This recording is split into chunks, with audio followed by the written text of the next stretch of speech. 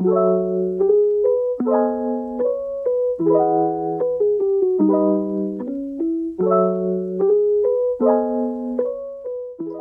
Tuhan, hai jiwaku, dan janganlah lupakan segala kebaikan-Nya. Tuhan adalah penyayang dan pengasih, panjang sabar dan berlimpah kasih setia. Setinggi langit di atas bumi, demikian besar kasih setia-Nya akan orang-orang yang takut kepadanya. Selamat malam Bapak Ibu, saudara-saudara terkasih. Semoga berkat Tuhan menyertai kita semua. Berbahagia sekali pada malam hari ini kami bisa menyapa Anda semua, dan kami berharap bahwa Anda semua pada malam hari ini dalam keadaan baik, dalam keadaan sehat, kehangatan kasih Kristus senantiasa kita rasakan. Kita kembali bergabung dalam acara Siraman Rohani Katolik kerjasama Radio Republik Indonesia dengan Seksi Komunikasi Sosial Paroki BMV Katedral Bogor. Saudara pendengar, kita sampai pada pertemuan aksi puasa pembangunan yang keempat. Tanpa terasa, ketika kita mengikuti diskusi-diskusi sebelumnya di pertemuan 1, 2, dan ketiga, kita sudah banyak disadarkan, kita sudah banyak dihantar kepada anugerah Tuhan yang luar biasa yang kita rasakan, yaitu bahan bakar minyak. Karena kuasanya, maka kita bisa merasakan kemudahan-kemudahan seperti yang hari-hari ini kita dapatkan. Nah, pada pertemuan yang pertama, kita sudah diajak bersama-sama untuk menyelami mengenai manfaat BBM yang luar biasa banyak. Pada pertemuan yang kedua, kita coba disadarkan lebih dalam lagi bahwa ternyata ada dampak negatif dari penggunaan BBM ketika kita mulai melupakan bagaimana cara kita menghemat. Dan pada minggu yang lalu, kita sudah berbincang mengenai bagaimana kita diajak untuk menemukan sikap baru dalam usaha kita penghematan dalam penggunaan BBM. Nah, pada pertemuan yang keempat atau kali ini akan ada sesuatu yang spesial, karena kita akan mencoba bersama-sama sebagai umat di wilayah Keuskupan Bogor untuk mencari cara, mencari ide, mencari sebuah gerakan nyata supaya kebijakan itu mendapatkan sebuah hal yang bisa kita lakukan bersama-sama. Bersama dengan saya, Andreas, selama beberapa waktu ke depan kita akan memperdalam diskusi kita mengenai pertemuan APP yang keempat. Bersama dengan saya pada malam hari ini telah hadir teman-teman dari Seksi Kitab Suci, ada Kak Joan, ada Kak Yuri, dan Kak Mona. Selamat malam teman-teman, apa kabar? Selamat malam. Kabar baik, Kak Andreas. Kabar baik ya. Oke, mantap ini. Semua sehat ya, semua rekan-rekan ya? Puji Tuhan sehat. Puji Tuhan sehat. Baik, terima kasih untuk kehadiran teman-teman semua pada ruangan kita di malam hari ini, pada obrolan kita. Saya percaya di balik segala kesibukannya, ini luar biasa menyempatkan diri untuk kita diskusi malam hari ini, dan terima kasih untuk kesempatan ini. Teman-teman, seperti yang tadi disampaikan di awal bahwa kita ada di pertemuan APP yang keempat, berarti ini ibaratnya kalau kita naik gunung sudah mencapai puncaknya ya, apalagi menariknya adalah pertemuan yang keempat kalau dalam APP yang sudah-sudah ini biasanya mengarah kepada sebuah tindakan atau mengarah kepada sebuah aksi nyata. Nah, mungkin di sini nih, di pertemuan yang keempat ini, tema kita tentang apa dan apa tujuannya bisa dijelaskan nih teman-teman. Silahkan. Oke, betul banget Kak Andreas. Ini adalah yang terakhir ya, tapi kita the last but not least. Ya, terima kasih kepada Kak Andreas atas pertanyaannya, dan halo selamat malam kepada para pendengar RRI yang terkasih. Pada malam hari ini kita akan membahas mengenai bijak menggunakan bahan bakar minyak sebagai bagian yang keempat tadi ya, yang terakhir pada rangkaian APP tahun 2022 ini. Nah, pertemuan malam ini adalah lanjutan dari perbincangan dengan teman-teman kita terdahulu tuh. Ada dari topik 1, membahas apa yang disebut dengan BBM. Jadi mungkin artinya, mungkin fungsinya gitu. Lalu topik kedua yaitu lebih fokus kepada permasalahan yang timbul akibat penggunaan BBM yang berlebihan Ya. Yang berlebihannya harus digaris bawah tuh ya Kak Andreas ya. Gitu. Terus kalau ke topik ketiga itu adalah bagaimana kita adanya sikap hidup yang baru untuk menggunakan BBM dengan bijak. Nah, sekarang nih topik keempat puncaknya ya. Puncaknya yaitu kita dapat memberikan hasil yang indah dari perjalanan APP ini jika kita dapat memberikan aksi-aksi nyata yang dapat kita lakukan sehingga adanya perubahan. Gitu kan, Andreas? Oke, baik. Nah, pertemuan yang keempat ini sepertinya memang menjadi sebuah gong bagi kita semua, menjadi sebuah aksi nyata. Maka pada pertemuan keempat yang temanya adalah bijak dalam penggunaan BBM, bisa dijelaskan lebih lanjut nih teman-teman mengenai tujuan pokok dalam pertemuan keempat ini. Silahkan. Oke, baik. Terima kasih Kak Andreas dan para pendengar RRI. Pada diskusi kita malam ini, kita mempunyai harapan agar para pendengar umat beriman Katolik Radio Republik Indonesia juga mau dan mampu untuk bersikap bijak dan mau melakukan tindakan nyata untuk mengurangi pemakaian bahan bakar minyak secara baik dan benar. Nah, untuk tujuan pokok ini merupakan suatu hal yang penting sekaligus menarik, yang mana telah kita perbincangkan dari topik 1 sampai dengan topik 3 pada pertemuan minggu sebelumnya. Di sini kita diajak untuk dapat menyusun sikap yang akhirnya dapat menjadi gerakan aksi nyata atau tindakan nyata di dalam penggunaan bahan bakar minyak. Ini adalah suatu tujuan yang mulia dan kita perlu terus menggerakkannya. Demikian Kak Andreas, tujuan dari pertemuan keempat yang kita bicarakan pada malam hari ini. Oke. Jadi memang seperti yang tadi sudah disampaikan, ini adalah menjadi sebuah gerakan yang nyata, aksi nyata apa yang bisa kita lakukan bersama-sama di dalam komunitas kita mengenai gerakan bijaksana itu. Nah, teman-teman, biasanya kalau kita dalam pertemuan APP kan selalu ya, kita membutuhkan semacam keteladanan, kisah-kisah kehidupan yang muncul, yang semoga menjadi gambaran bagi kita semua, supaya ada aksi nyata yang lebih terarah lagi. Nah, dalam pertemuan APP yang keempat ini, kira-kira kisah-kisah keteladanan yang sama dengan tujuan kita, apa nih teman-teman? Terima kasih Kak Andreas dan sahabat siaran RRI. Tentunya kisah keteladanan yang bisa kita ambil atau kita wujudkan gitu ya. Seperti misalnya, nah contoh kecil nyatanya deh, naik bus, naik kendaraan umum, misalnya naik transportasi umum gitu. Ya, yang bisa saya gambarkan di sini yang populer belakangan ini di Kota Bogor ini gerakan naik bis kita ya. Bis kita ini kan menggantikan angkot. Nah, dalam kesempatan baik ini, boleh nggak, Kak Andreas, saya promosi sedikit aja tentang bus kita? Silahkan dong, silahkan. Oke deh. Bus kita ini merupakan program Dinas Perhubungan ya, dari Kota Madya Bogor, yang telah menyediakan fasilitas bus yang aman dan nyaman di dalam kota. Tingginya, ini nggak main-main loh, jumlah penumpangnya juga sangat antusias di Kota Bogor ini. Saya sebutkan ya datanya, Bro. Silakan. Yang diangkut setiap harinya tuh untuk tiap koridornya itu mencapai 163.594 penumpang loh. Dan itu diukur kalau secara dari load factornya itu, ini bisa mencapai 69%. Juga jumlah penumpang ini mencapai secara keseluruhan, ini terhitung dari tanggal 2 November sampai 31 Desember. Ini udah diuji datanya dari 4 koridor yang sudah melayani. Ini sebanyak totalnya 334.804 penumpang. Tentunya ini sudah banyak sebenarnya ya, banyak kisah-kisah nyata yang dalam melakukan penghematan BBM ini kita sudah banyak sekali mendengar kisahnya ini baik di media massa maupun di media sosial gitu. Tapi tentu gerakan kecil ini sangat berarti untuk kita mau merendahkan hati atau merendahkan diri untuk naik transportasi umum ini.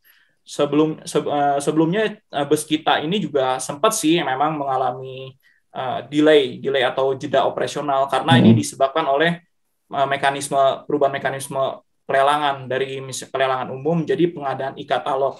Lalu Kementerian Perhubungan melalui BPTJ ini mengumumkan adanya penundaan pelayanan dari yang terhitung kemarin per 1 Januari 2022 kemarin.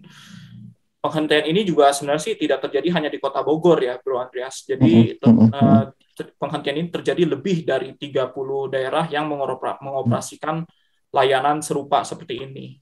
seperti yang digaungkan oleh Presiden Jokowi kemarin ketika dia meresmikan kantor DPP Partai Nasdem pada tanggal 22 Februari kemarin. Kita tuh di Ibu Kota Nusantara nanti kan kita akan digalakan untuk program misalnya kayak untuk jalan kaki, pesepeda, dan juga untuk menggunakan transportasi umum. Karena di Ibu Kota Negara yang baru ini, kita dicetuskan untuk melakukan gerakan-gerakan, intinya kita ramah terhadap transportasi lingkungan umum. Lingkungan, iya betul. Dan juga di sini ada konsep 10 menit. Jadi antar satu titik ke satu titik yang lain itu hanya butuh waktu hanya 10 menit saja. Dan Ibu Kota Baru, sekedar informasi kecil aja nih, nanti kita rencananya itu akan diadakan Ibu Kota Baru ini di Kabupaten Penajam Pasar Utara dan sebagian di Kabupaten Kutai Negara, tepatnya di Provinsi Kalimantan Timur. Ayo kita dukung gerakan Presiden ini ya, Bro Andreas. Nah, ini berkaitan dengan contoh keteladanan yang berkaitan dengan bijak dalam memanfaatkan BBM yang oleh Kak Yuri tadi disampaikan contoh-contoh nyatanya. Salah satunya oleh Pemkot Bogor, yaitu dengan bis kita yang tadi sudah coba disampaikan dengan data-data yang luar biasa. Ngomong-ngomong, rekan-rekan sudah pernah naik bis kita belum? Sudah dong, Kak Andreas. Sudah. Dan apakah mewakili ekspektasi teman-teman mengenai sebuah moda transportasi umum yang mewakili masa depan begitu? Iya, rasanya iya ya. Betul sekali Kak Andreas, karena jauh lebih nyaman dibandingkan dengan angkot yang biasanya.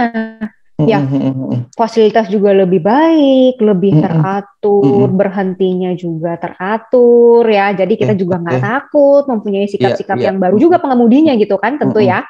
Seperti di topik 3 kemarin kan mengenai perubahan sikap. Nah, ini sudah tercermin nih, mulai tercermin gitu. Nanti bagaimana dengan kita sebagai aksi nyatanya lebih mendukung sikap-sikap tersebut gitu. Artinya kita ikut berbahagia ya, karena sebenarnya upaya kita untuk bijak dalam pemanfaatan BBM ini bukan hanya kita sebagai umat Katolik saja, tetapi nampaknya semua orang, berbagai pihak, mulai dari Pemkot dan bahkan tadi Kak Yuri sampaikan rencana ke depan, jauh ke depan adalah tentang ibu kota yang baru, itu pun menggunakan moda transportasi serupa, sehingga harapannya tentu ini kembali kepada topik kita yang utama mengenai bijak dalam penggunaan BBM. Nah, teman-teman, mungkin di sini bisa diterangkan lebih lanjut masih mengenai moda transportasi tadi, karena ini menarik menjadi sebuah gerakan contoh nyata bijaksana dalam menggunakan BBM. Mungkin di sini bisa dijelaskan bagaimana hubungan antara semakin sering naiknya kita naik angkutan umum, maka kualitas di udara di sebuah kota menjadi lebih baik. Coba mungkin bisa dijelaskan di sini, silakan. Oke. Aku coba jelasin ya Kak Andreas. Silakan Kak Joan. Oke. Jadi, tapi tuh bener loh, percaya nggak percaya, simsalabim ada hubungannya, walaupun kayaknya jauh banget ya, kendaraan di jalanan sama di udara, kayaknya jauh gitu ya. Nah, padahal kan kendaraannya tetap banyak, tapi udara bisa kondisinya lebih baik begitu ya Kak Joan ya? Iya, betul. Itu kenapa sih kendaraan itu bisa mempengaruhi atmosfer atau udara?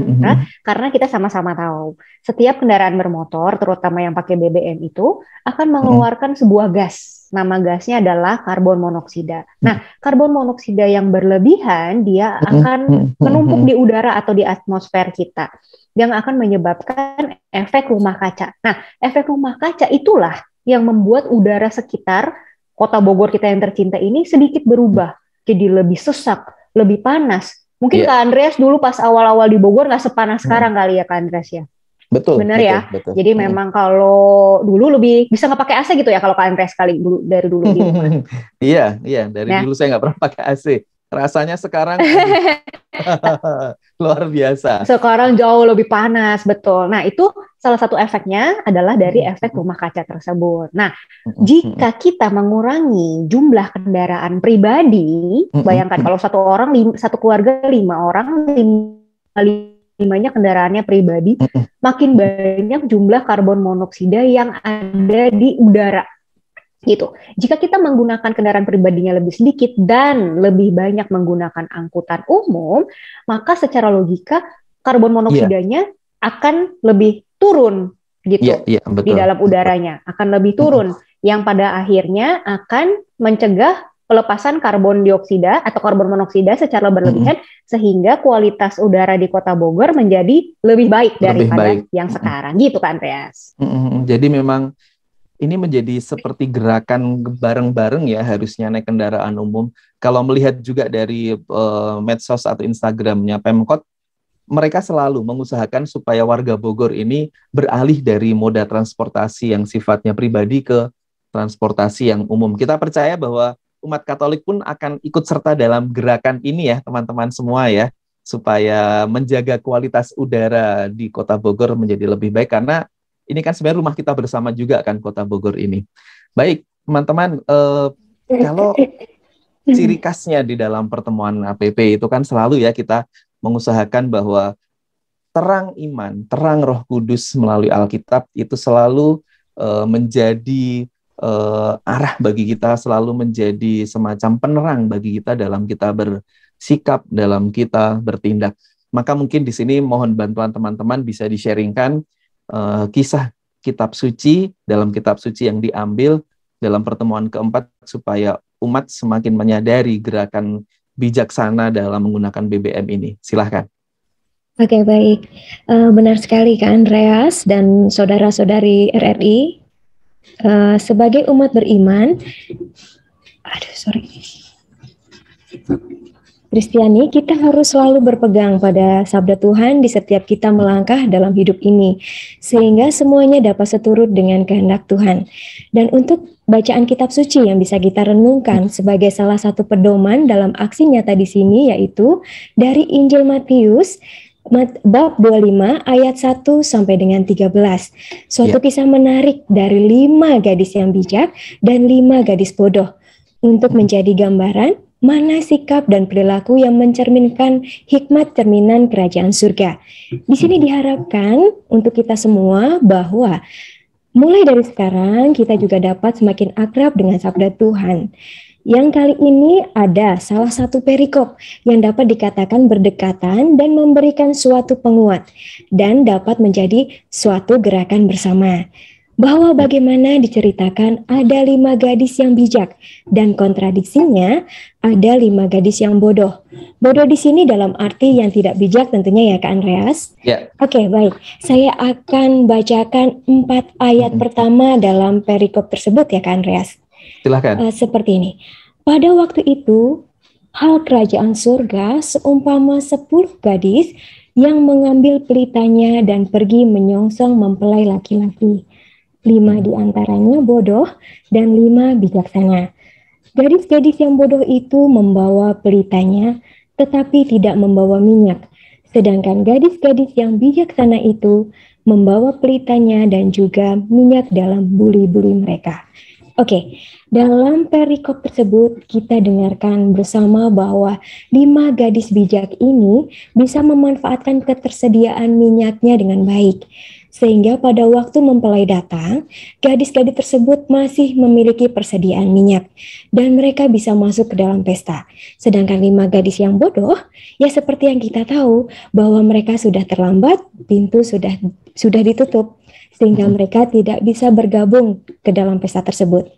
Tentunya kita juga ketahui bersama bahwa cerita ini adalah suatu perumpamaan. Dan kita tahu itulah kerajaan surga.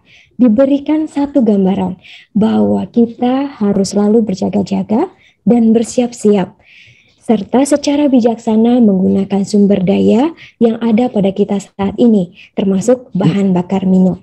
Demikian Kak Andreas, perikop kitab suci yang dapat memberikan penguat pada pertemuan keempat kita ini. Oke, Kak Mona, terima kasih banyak untuk renungan yang diambil dari Matius bab 25 ayat 1 sampai 13. Dikisahkan bagaimana gadis-gadis yang bodoh dan gadis-gadis yang bijaksana. Ini seperti mengajak kita semua untuk positioning ya, menempatkan diri. Selama ini kalau kita sadari kita ada di mana begitu. Sekaligus juga menjadi sebuah ajakan bagi kita supaya kita itu sungguh-sungguh dalam penggunaan BBM ini bisa menyiapkan dengan baik, bisa memikirkan dengan baik penggunaannya dan sekaligus berhemat. Tapi mungkin di sini teman-teman bisa menyebutkan atau bisa menjelaskan lebih dalam lagi bacaan yang diambil dalam pertemuan yang keempat ini sebenarnya inspirasi iman atau motivasi iman apa yang bisa meneguhkan kita semua dalam pertemuan ini? Silahkan, Kakak. Nah, ini pertanyaan menarik nih, Kak Andreas. Inspirasi iman apa sih yang bisa kita ambil dari perikop yang tadi disebutkan oleh Mbak Mona? Tentunya ini mengajak kita semua ya untuk lebih mempunyai hati dan juga agar kita memasang telinga kita agar kita tuh lebih peka terhadap kehendak Tuhan, bukan kehendak kita sendiri. Maunya Tuhan apa, maunya kita apa, itu kan biasanya bertolak belakang. Nah, tapi kita di sini dituntun melalui bacaan perikop tadi untuk lebih menuruti kehendak Tuhan.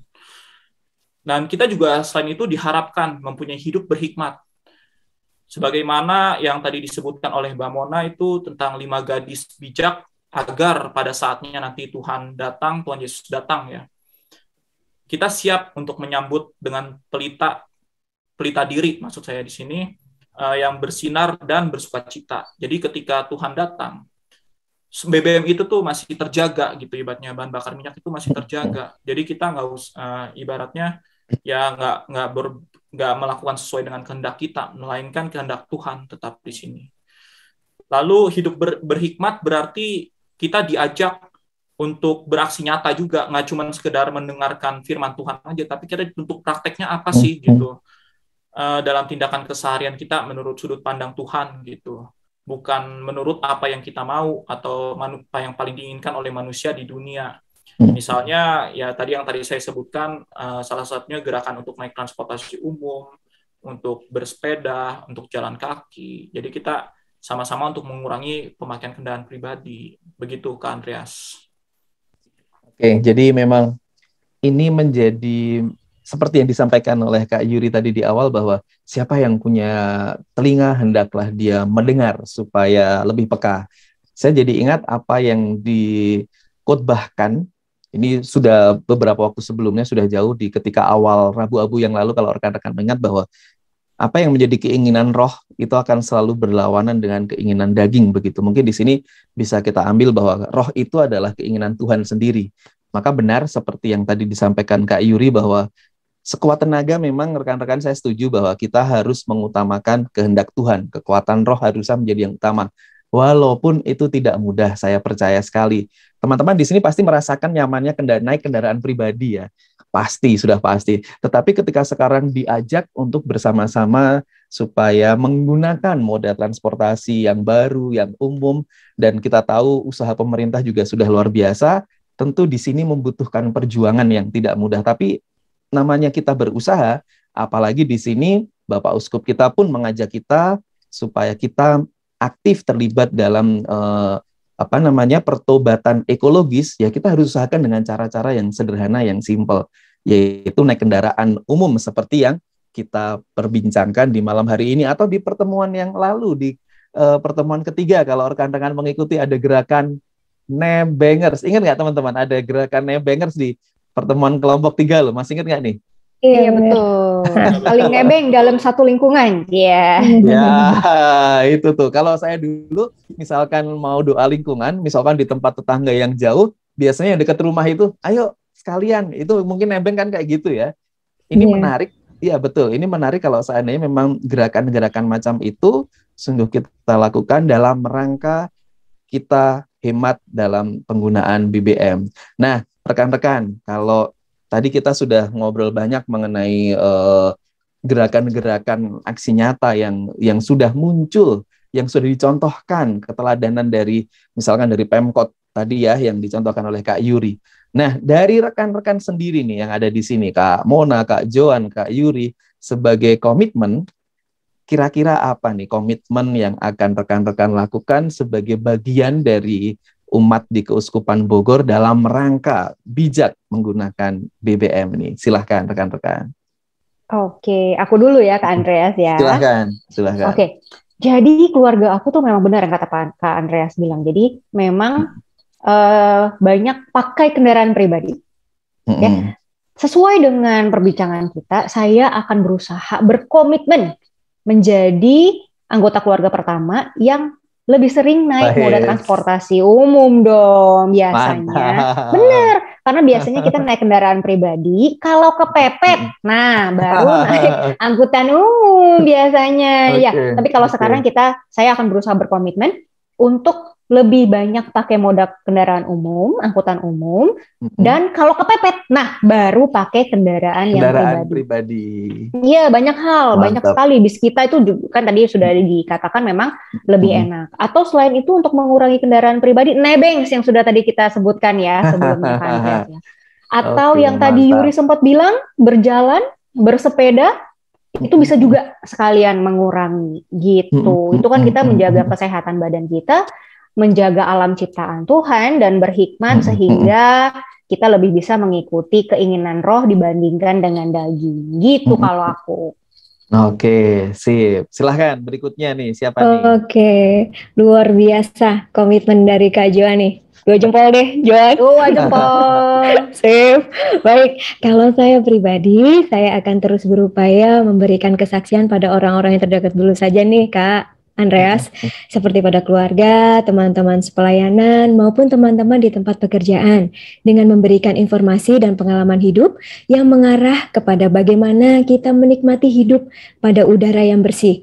Di sini saya mengajak Bapak Ibu, saudara-saudari terkasih yang pada saat ini bersama-sama mendengarkan acara siraman rohani Katolik ini. Yuk, mari kita bersama-sama membangun sikap dan menggerakkan diri sendiri serta memberikan kesaksian kepada orang-orang di sekitar kita.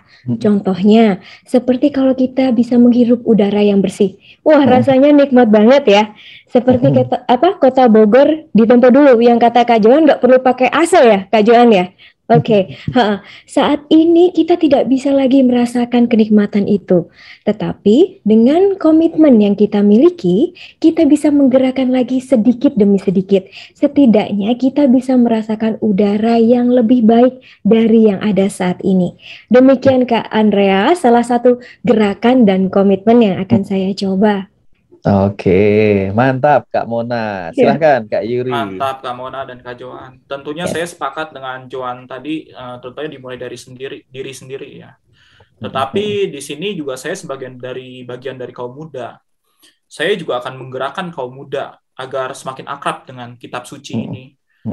Agar mereka juga selaras nih antara perkataan dan tindakan juga dalam keseharian mereka sehari-hari, berorientasi semuanya itu menjadi tuntunan Tuhan. Dan semua ibaratnya gaya hidup mereka sehari-hari itu berdasarkan tuntunan Roh Kudus atau tuntunan Tuhan.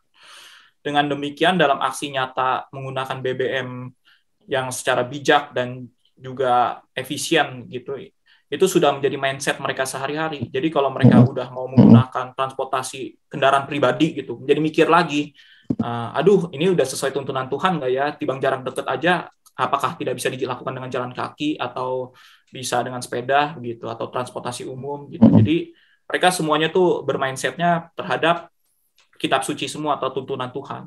Begitu Kak Andreas.